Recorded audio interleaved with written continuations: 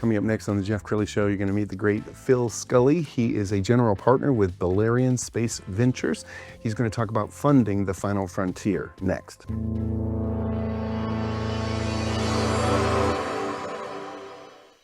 Many are predicting that the worst is yet to come, which is unfortunate, said one person here.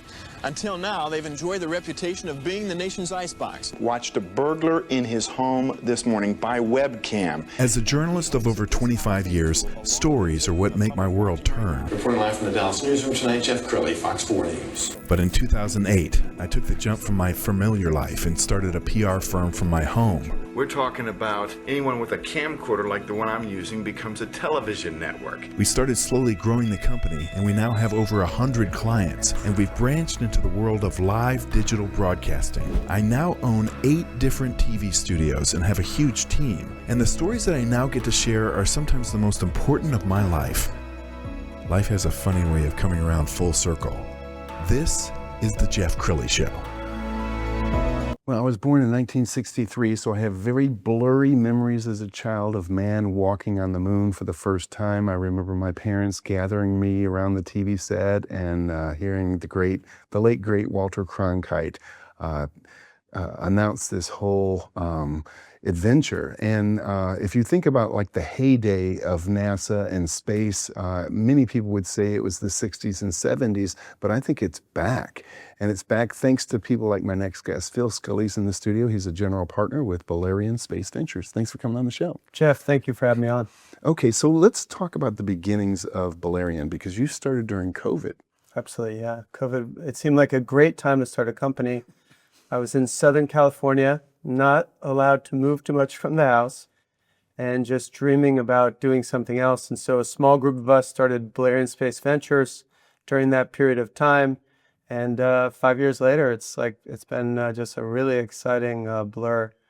It's been an incredible run for space and defense tech companies for the last 5 years, but Balerion has been investing into the final frontier now for 5 years. That's congratulations, because you're making it happen. We're going to pull up to your website, and as we scroll down the website, talk about the kinds of companies that you guys like to invest in. Absolutely. Jeff, we like to invest into infrastructure. So think about companies that probably are not very sexy, but companies that will have like a monopoly on the solar system for what they're doing, delivering communications, delivering power, delivering propulsion systems. Right now, science fiction and what we've been thinking about for many years is becoming science fact in space. And these are some of the most exciting investment opportunities for investors. And when we think about the space race these days, it's no longer the U.S. versus Russia or the Soviet Union, it's the U.S. versus China. That's right. Yeah, it's a totally different game now. The Chinese have 2 assets, 2 rovers on the dark side of the moon. They're navigating an area called Shackleton to find water. This would be one of the most significant moments for China ever, or any country, if they're able to figure out how we could launch from the moon. The moon, as we all know, as we stare up it and focus on it, has an ultimate high ground, really good vantage point for viewing everything. So not only is it good for commercial reasons, maybe you want to prospect and find helium-3, but it also has a very, very big advantage for national interest. All right, you and I are both big fans of Elon Musk and what he's done with SpaceX. What difference has he made in the interest in space? I think people are going to look back on Elon for a very long time and absolutely be blown away by what he's done. But I think what he will have contributed to society is that Elon has made it very cool for people to go work at hardware companies. So if you think about the renaissance that's happening in nuclear energy, if you think about the renaissance that's happening in submarines or in new types of commercial aviation or Earth-to-orbit transport vehicles, launch vehicles, this is really tied to Elon Musk. So all the folks that were at the very beginning, 25 years ago, starting that company, have now spun off. They're starting their own companies. And so Elon not only has given us birth to one of the largest companies ever, but he's given us birth to an army of folks that think like he does.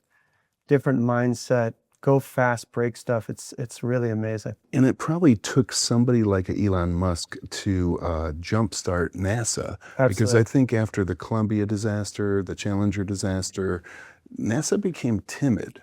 Absolutely. Yeah, I think when you're investing in my world, venture capital, You know, people often think about investing in people or investing in the category. And Jeff, that's just not the case. Oftentimes, everything is timing. And so we're just at the right moment in time now. NASA is very focused, has a refocus on the moon. They have a new individual that's come in, no longer someone from the government. It's a businessman, a very successful businessman named Jared Isaacman. And you can already see, though it's been early, how Jared wants to refocus NASA. And so I think there's going to be a focus on where the money is spent and an alignment with the private companies. And I think this is something now that China has been doing for many years, and we've seen the success.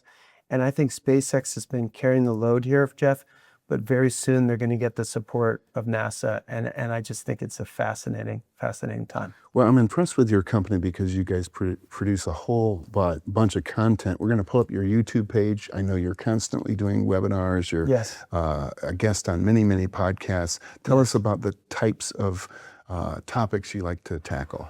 We just love this. You know, there are moments in our organization. We have 6 people now, and we have some advisors, and we'll have a podcast. Our podcasts go 45 minutes to 1 hour. It'll be a CEO of a startup company, you know, and that person will come on, and there will just be this story that they'll tell connected to Elon or Tom Mueller, or there will be this concept. You know, I remember being on a podcast, Jeff, and there was someone who came on, and he said, you know, rather than interact with celestial bodies, we're going to create a celestial body. We're going to take all the debris and we're going to pull it together. And then we're going to use that as a launching pad for vehicles. And everyone in our company was telegramming and messaging and texting each other and just saying, like, is this possible? And then the rest of the afternoon, we were all inside of our Perplexity or our Claude AI super tools, just trying to figure out if this was possible. And so I would say every week, there's probably 2 or 3 people that come on the podcast and they deliver this moment to us. And Jeff, in our world, you know, where we're going, there are no roads, there are no patterns. There's nothing for us that rhymes with what SpaceX is doing. SpaceX catching a skyscraper with a chopstick. This sounds like science fiction. It's not. It's fact. We've seen it. And the future, what's coming in the future, it's very, very exciting, but it's all new stuff. And so we're just constantly blown away by having these great young new CEOs on, and we just can't get enough of the content. And so can the consumers and the investors. They're equally as excited as we are. Well, you and I both grew up watching Star Wars and Star Trek, and it seemed very futuristic, but a lot of those things are things that we do now. They're very, very close. Yeah, the thought of a multi-planetary system. You know, I watched the videos of the beginning of SpaceX, and you know, the content back then on YouTube, it looks kind of funny. It's all gray. It doesn't look like in this beautiful studio you have. Thank you. I remember watching those and just listening to Elon, and basically he's talking about stuff that we are now 3 to 5 years from seeing. So companies like Vast that are doing space stations and putting humans into almost like hotels in space, no longer science fiction. They've already had a successful mission. And so we are right at the doorsteps now of a whole new economy, a whole new world off Earth. And I think a lot's owed to Elon, but there's a number of companies now delivering these capabilities. Well, and there's kind of the battle of the billionaires. It's probably not bad because Elon is such a competitor. Absolutely. It's not bad that Jeff Bezos also wants to make his name in the space race. Absolutely. We are seeing the best entrepreneurs, the most successful investors, all moving into starting hardware companies. So nuclear energy, space, defense. So companies like Valor Atomics, one of the largest investors there is Palmer Luckey. Palmer is a very successful billionaire. There's folks doing space-based solar power now that became billionaires in fintech companies like Robinhood. So not only do you have Elon and Jeff, probably 2 of the best CEOs that have ever existed in my lifetime that are able to run private and public companies, but now you have more and more billionaires, more and more great entrepreneurs, and they're pivoting from this kind of Me Too world that we've existed in for so long of software, and they're building exquisite hardware systems. And I think the challenge for them is being met by like the investor interest. And I just think that is perfect timing for the world. Well, I imagine you see a lot of deals come your way just because of the name that you built for yourself. How do you vet clients? How do you decide who to put your money with? Absolutely, yeah. So we interview about 900 companies per year, And then we have folks on our podcast. We track all the data and all the conversations we're having use AI tools. And then usually we come together as a team and we start writing and talking about something. We believe that the venture capital world for decades has been kind of a closed loop system, locking out regular investors. And we don't believe that's necessary. We believe in radical, transparent diligence, where we want to share with the world what's happening. The good thing, Jeff, is that space right now, it's very cooperative.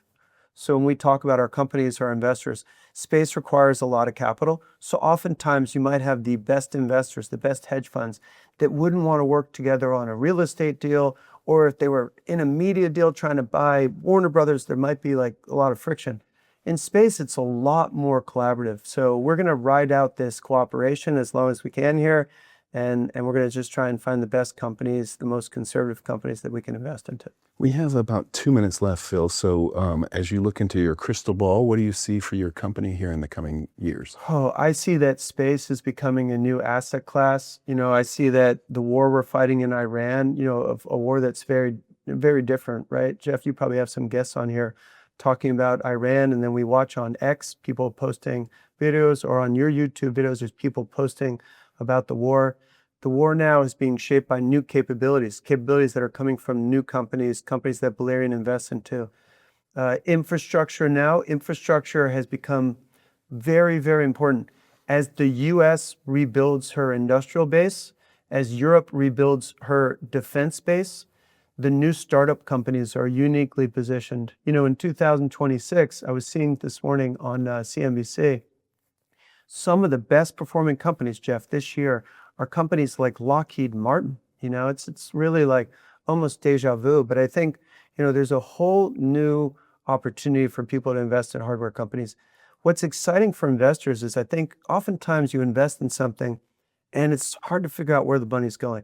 With our companies, you can go visit them and you get to touch and feel the hardware. And so there's a different connection folks have when they invest in Anduril versus investing into a fintech company. And so, I think we're very excited about the next 12 to 18 months for investors in our area.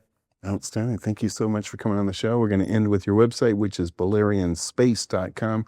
The great Phil Scully. Thanks for coming on the show. Thank you. You bet. That's it for now. We'll see you next time.